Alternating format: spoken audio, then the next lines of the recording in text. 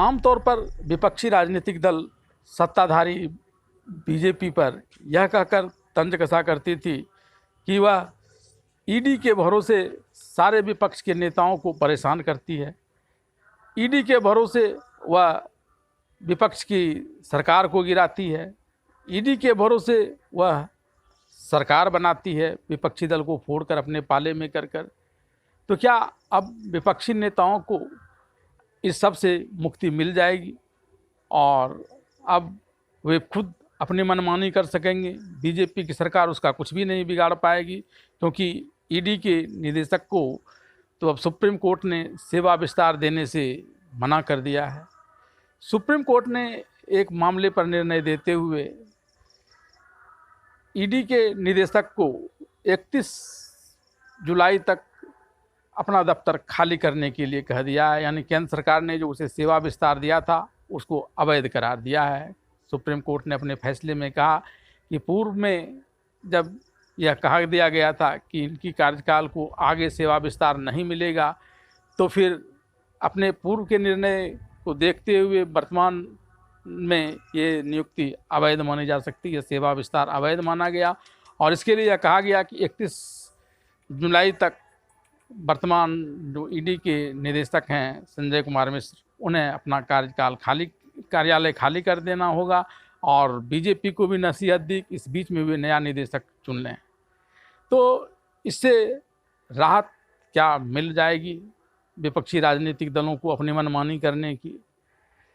इसको लेकर के भारतीय जनता पार्टी के गृह मंत्री अमित शाह ने विपक्षी नेताओं पर तंज कसा है, खास करके कांग्रेस पर, जिसने कि बीजेपी पर इस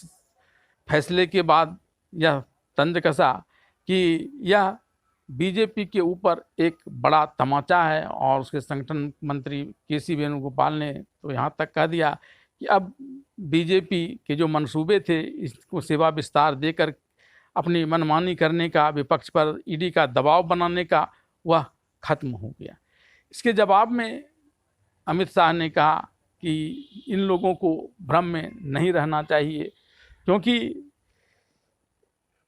केंद्र सरकार ने जब पिछली बार वर्तमान ईडी के निदेशक का सेवा विस्तार पर सुप्रीम कोर्ट ने यह कहा था कि इसके बाद इन्हें सेवा विस्तार नहीं दिया जाएगा, तो बीजेपी ने जो दिल्ली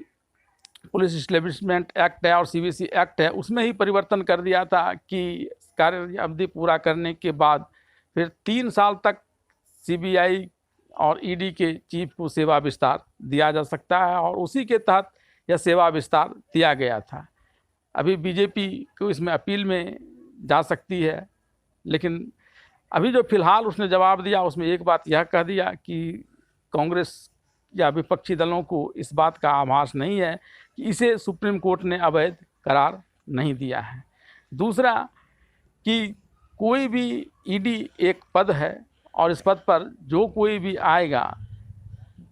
वह अपनी कर्तव्य निष्ठा से ऐसे ही आगे भी कार्य करेगा। यानी कि ईडी की जो तीव्रता है कार्य करने की, ईडी जिस रफ्तार से काम कर रही है, विपक्षी नेताओं पर मामले सामने ला रही है, वह आगे भी जारी रहेगा, चाहे किसी को भी उस पद पर क्यों नहीं लाया जाए, क्योंकि यह ईडी व्यक्ति नहीं, यह एक संस्था है और संस्था की जो तीव्रता है, उसके जो कार्य क्षमता है, उसमें किसी प्रकार की कमी नहीं लाई जाएगी। यानी विपक्ष को कोई राहत आगे नहीं मिलने वाला है, भले ही दूसरे ही ईडी के निदेशक क्यों न आ जाएं। अब जानिए कि क्यों इन्हें हटाया जा रहा है और क्यों ये चहेते थे भारतीय जनता पार्टी के। दरअसल ये भारतीय रेवेन्यू सर्विस के अधिकारी थे और लंबे समय तक इन्होंने इनकम टैक्स कमिश्नर के रूप में काम किया था, और तब इन्होंने कई बड़े नेताओं को अपने लपेटे में लिया था। और इसे देखते हुए 2018 ईस्वी में भारतीय जनता पार्टी ने इसने ईडी का अध्यक्ष नियुक्त किया था और फिर उनकी समाप्ति के बाद सेवा विस्तार दिया था। और इस बार जो सेवा विस्तार दिया गया था वह नए नियम के तहत, जिसमें कार्यावधि समाप्त होने के 3 साल बाद 3 साल तक की सेवा विस्तार दिया जाएगा। हालांकि इसे लेकर सुप्रीम कोर्ट ने इसे अभी फ़िलहाल निरस्त कर दिया है। लेकिन उसके जो कार्यकाल में बड़े बड़े